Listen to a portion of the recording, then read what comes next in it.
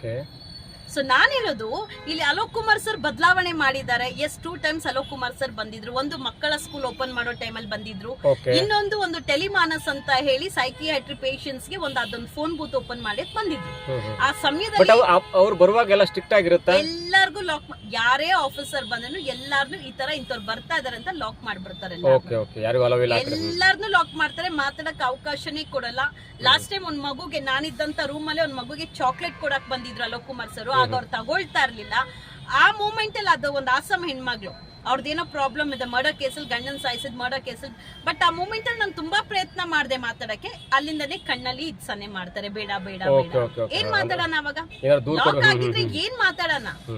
ಜೈಲಿನ ವ್ಯವಸ್ಥೆ ಬಗ್ಗೆ ತಿಳಿಸ್ಲೇಬೇಕು ಅಲೋಕ್ ಕುಮಾರ್ ಸರ್ಗೆ. ಬಿಕಾಸ್ ಬೇರೆ ಬೇರೆ ಅಧಿಕಾರಿಗಳಿಗೆ ನಾನು ಪೊಲೀಸ್ ಸ್ಟೇಷನ್ ಕಂಪ್ಲೇಂಟ್ ಕೊಟ್ರೆ ಆ ಪೊಲೀಸ್ ಅವರು ಒಳಗೊಳಗೆ ಮುಚ್ಚಾಕ್ತಾರೆ. ನನಗೆ ಹೈಯರ್ ಆಫೀಸರ್ ಗಮನಕ್ಕೆ ತರಬೇಕು, ಗೃಹ ಮಂತ್ರಿಗಳ ಗಮನಕ್ಕೆ ತರಬೇಕು, ಮಾನವ ಹಕ್ಕು ಗಮನಕ್ಕೆ ತರಬೇಕು, ಮಹಿಳಾ ಆಯೋಗಕ್ಕೆ ಗಮನಕ್ಕೆ ತರಬೇಕು, ಪ್ರತಿಯೊಬ್ಬರಿಗೂ ಗಮನಕ್ಕೆ ತರಬೇಕು. ಅಲ್ಲೊಬ್ರು DGP ಓಂ ಪ್ರಕಾಶ್ ಅವ್ರ ವೈಫ್ ಇದಾರೆ, ಪಲ್ಲವಿ ಅಂತ. ಅವ್ರಿಗೆ ಏನು ಸಿಗ್ತಾ ಇಲ್ಲ ರೀ ಸವಲತ್ತು, ಆದ್ರೆ ಇವಳಿಗೆಲ್ಲ ಸಿಗ್ತಾ ಇಲ್ಲ. ಎಸ್, ಅವ್ರಿಗೆ ಏನು ಇಲ್ಲ.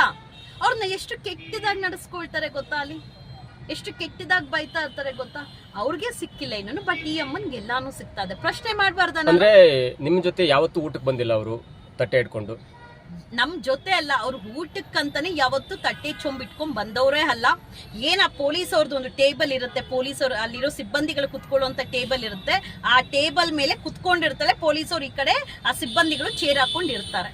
ಅಲ್ಲಿರುವಂತ ಕೆಲ ಸಿಬ್ಬಂದಿಗಳು ಅವಳ ಹೆಗಲ್ ಮೇಲೆ ಕೈ ಹಾಕೊಂಡು ಮಾತಾಡ್ಕೊಂಡು ಪರ್ಸನಲ್ ಚಾಟ್ ಮಾಡ್ಕೊಂಡಿರ್ತಾರೆ ಅಂತ ಅಂದ್ರೆ ಹೇಳ್ರಿ. ನಿಮ್ಮನ್ನ ಮೀಟ್ ಮಾಡ್ಲಿಕ್ಕೆ ಯಾರು ಬರ್ತಿದ್ದ, ಅಥವಾ ಇಷ್ಟು ದಿನ ಅವಕಾಶ ಇರುತ್ತೆ ನಿಮ್ಗೆ ಮೀಟ್ ಮಾಡ್ಲಿಕ್ಕೆ? ವಾರದಲ್ಲಿ ಎರಡು ಸಲ ಬಂದು ಮೀಟ್ ಮಾಡ್ಬೋದು. ಓಕೆ. ಬಟ್ ಪವಿತ್ರವಾಗಿ ಮೀಟ್ ಮಾಡುವಂತ ಅವಕಾಶ ಯಾರಿಗೂ ಇತ್ತ? ಅವಳಿಗೂ ಇತ್ತು. ನನಗೆ ಎಂಟ್ರಿಗೆ ಹೋದೋಗೆಲ್ಲ ಅವಳಿಗೆ ಎಂಟ್ರಿ ಖಂಡಿತವಾಗ್ಲೂ ನಾನು ಓದೋಗೆಲ್ಲ ಅವಳ ಎಂಟ್ರಿ ಇರ್ತಾನೆ ಇತ್ತು. ಅವಳು ಹೋಗ್ತಾನೆ ಇರ್ತಾಳೆ. ಅವಳಿಗೇನು ವಾರಕ್ಕೆ 2 ಸಲ ಅಲ್ಲ, ವಾರಕ್ಕೆ 3-4 ಸಲನೂ ಎಂಟ್ರಿ. ಫ್ಯಾಮಿಲಿ ಮಾತನ್ನ ಅಥವಾ ಬೇರೆ? ಗೊತ್ತಿಲ್ಲ, ಅದು ನನಗೆ ಗೊತ್ತಿಲ್ಲ.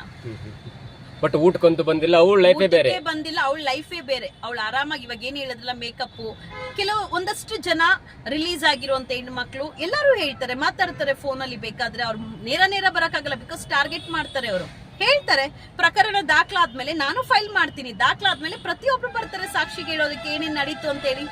ನನ್ನ ಉದ್ದೇಶ ಇಷ್ಟೇ, ಬದಲಾವಣೆ ಆಗ್ಬೇಕು, ಅದು ಪರಿವರ್ತನೆ ಆಗುವಂತ ಜಾಗ ಆಗಿರ್ಬೇಕು ಹೊರತು ಮತ್ತಷ್ಟು ತಪ್ಪುಗಳು ಮಾಡುವಂತ ಜಾಗ ಆಗಿ ಮಾಡಿ ಇಟ್ಟಿದಾರಲ್ಲ. ಅದಕ್ಕೆ ಕಾರಣ ಅಲ್ಲಿರುವಂತ ಕೆಲವು ಜೈಲು ಸಿಬ್ಬಂದಿಗಳೇ.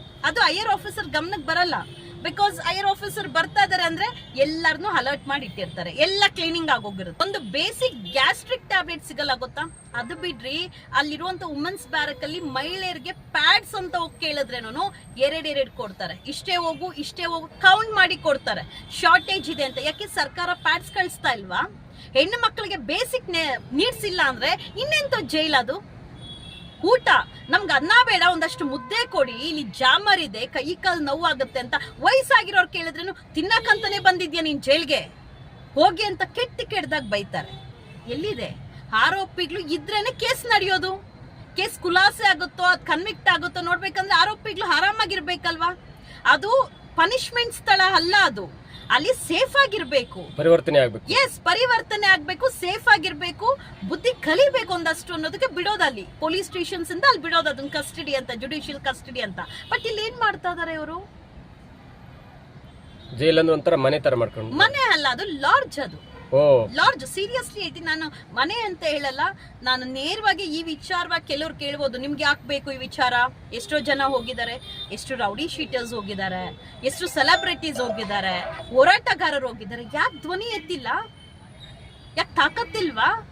ಪ್ರಕರಣ ದಾಖಲಾಗುತ್ತೆ ನಮ್ಮ ಮೇಲೆ ಅಂತ ದಾಖಲಾಗ್ಲಿ ಬಿಡಿ. ಇನ್ನ 10 ಅಲ್ಲ 100 ನನ್ನ ಮೇಲೆ ಪ್ರಕರಣ ದಾಖಲಾದ್ರೇನು ಒಂದು ಅನ್ಯಾಯವನ್ನ ಖಂಡಿಸ್ತಾ ಇದ್ದೀನಿ. ಬದಲಾವಣೆ ಆಗ್ಬೇಕು ಅಂತ ಖಂಡಿಸ್ತಾ ಇರೋದಕ್ಕೋಸ್ಕರ ನನ್ನ ಧ್ವನಿ ಆಗಿದೆ ಹೊರತು ಇಲ್ಲಿ ಏನೋ ನನ್ನ ಮೇಲೆ FIR ದಾಖಲಾಗೋಯ್ತು, ಸಂಕಷ್ಟ ಬಂದ್ಬಿಡ್ತು. ಹಿಂದೆ ಸರಿಯೋ ಹೆಣ್ಣು ಮಗಳಲ್ಲ, ಚೇಂಜಸ್ ಆಗ್ಬೇಕು. ಇಡೀ ಈ ದೇಶದಲ್ಲಿ, ಇಡೀ ಕರ್ನಾಟಕದಲ್ಲಿ ಒಂದು ಪರಪ್ ನಗರದ ಜೈಲಿನ ವುಮೆನ್ ಬ್ಯಾರಕ್ ಬಗ್ಗೆ ಒಂದು ಮಹಿಳೆ ಧ್ವನಿ ಎತ್ತಿದಾಳೆ ಅಂದ್ರೆ ಏಕೈಕ ಮಹಿಳೆ ಅದು ನಾನೇ ಆಗಿರ್ತೀನಿ. ಅದು ನನ್ಗೆ ಹೆಮ್ಮೆ ಇದೆ. ಕಾರಣ ಬದಲಾವಣೆ ಆಗ್ಬೇಕು. ಅಲ್ಲಿ ತೀರಾ ಬಡಪಾಯಿಗಳು ಇದ್ದಾರೆ, ಶ್ಯೂರಿಟಿಗೆ ದುಡ್ಡು ಕೊಟ್ಟಕ್ಕೆ ಇಲ್ದಿರೋರು ಇದ್ದಾರೆ, ಕುಟುಂಬಸ್ಥರು ಬಂದು ನೋಡಕ್ ಇಲ್ದಿರೋರು ಇದ್ದಾರೆ. ಬಡಪಾಯಿಗಳಾದ್ರೂ ಹೋಗ್ಬೇಕೇನು? ಸಣ್ಣ ಪುಟ್ಟ ತಪ್ಪು ಮಾಡಿರೋರು ಸುಮಾರು ವರ್ಷದಿಂದ ಸಿಕ್ಕಾಕೊಂಡಿದ್ದಾರೆ. ಆದ್ರೆ ಎಲ್ಲ ಇರುವಂತವ್ರು ಆರಾಮಾಗಿದ್ದಾರೆ. ಅವ್ರನ್ನ ನೋಡ್ತಾ ಇದ್ರೆ ಅಯ್ಯೋ ನಮಗೂ ನಮ್ಮ ತಂದೆ ತಾಯಿ ಏನೋ ಮಾಡಿಟ್ಟಿದ್ರೆ ನಾವ್ ಈ ಪರಿಸ್ಥಿತಿಗೆ ಬರ್ತಾ ಇದ್ರ ಅನ್ನೋಂತ ಮನಸ್ಥಿತಿ, ಕಣ್ಣೀರ್ ಹಾಕೊಂಡು. ಅಂಡ್ ಸೀರಿಯಸ್ಲಿ ಹೇಳ್ತೀನಿ, ಜೈಲೊಳಗೆ ಕೌನ್ಸಿಲಿಂಗ್ ಸೆಂಟರ್ ಬೇಕೇ ಬೇಕು. ಓಕೆ. ಅಂಡ್ ಯಾರಿಗೂ ಸಹ ಸ್ಟಾಫ್ಗಾಗ್ಲಿ ಯಾರಿಗೂ ಊಟದ ಬಾಕ್ಸ್ ಅಲೋ ಮಾಡಕ್ ಬಿಡಬಾರ್ದು. ಸ್ಟಾಫ್ಗೂ ಸಹ ಊಟ ಕೊಡಬೇಡಿ. ಆ ಊಟ ಎಲ್ಲಿಗೆ ಹೋಗುತ್ತೆ, ಎಲ್ಲ ಕಡೆ CCTV ಕ್ಯಾಮ್ರಾ ಇಡಿ. ಅಂದ್ರೆ ಸ್ಟಾಪಿಗೆ ಬರೋ ಊಟನ ಅವರು ಕೈದಿಗಳಿಗೆ ಕೊಡ್ತಾರಂತನ ನಾರ್ಮಲಿ? ಎಲ್ಲಾರ್ಗೂ ಅಲ್ಲ, ಅಪರೂಪಕ್ಕೆ ಪವಿತ್ರ ಕೊಡ್ತಾರೆ, ಯಾರಿಗೂ ಕೊಡಲ್ಲ ಅವರು. ಅವ್ರು ಕೊಡ್ತಾರೆ. ಅಂಡ್ ಕಾಫಿ ಟೀ ಬೆಳಿಗ್ಗೆ ಸ್ಟಾಫ್ ಏನ್ ಕಾಫಿ ಟೀ ಮಾಡ್ತಾರೆ ಅವಳಿಗೂ ಹೋಗುತ್ತೆ. ನಾನು ನೋಡಿ ಆ 90 ದಿವಸ ನಾನು ಏನಿದ್ದೆ ಸುಮ್ನೆ ನನ್ ಟೈಮ್ ಪಾಸ್ಗೆ ಏನೋ ಇದ್ದಿದ್ದಲ್ಲ. ನನಗ್ ಟೈಮ್ ಹೆಂಗ್ ಹೋಯ್ತು ಅನ್ನೋದು ಗೊತ್ತಿಲ್ಲ. ಪ್ರತಿಯೊಂದು ಆ ಜೈಲಿನ ಒಂದು ಹೈ ಪಿಕ್ಚರ್ ಮಾಡಿ ಕೊಡ್ತೀನಿ ನಾನು, ಎಲ್ಲೆಲ್ಲಿ ಏನೇನ್ ನಡೀತು ಅಂತ ಹೇಳಿ. ಬಿಕಾಸ್ ಅಷ್ಟು ಈ 90 ದಿವಸದ ಅನುಭವ ಹಂಗಾಗೋಗಿದೆ.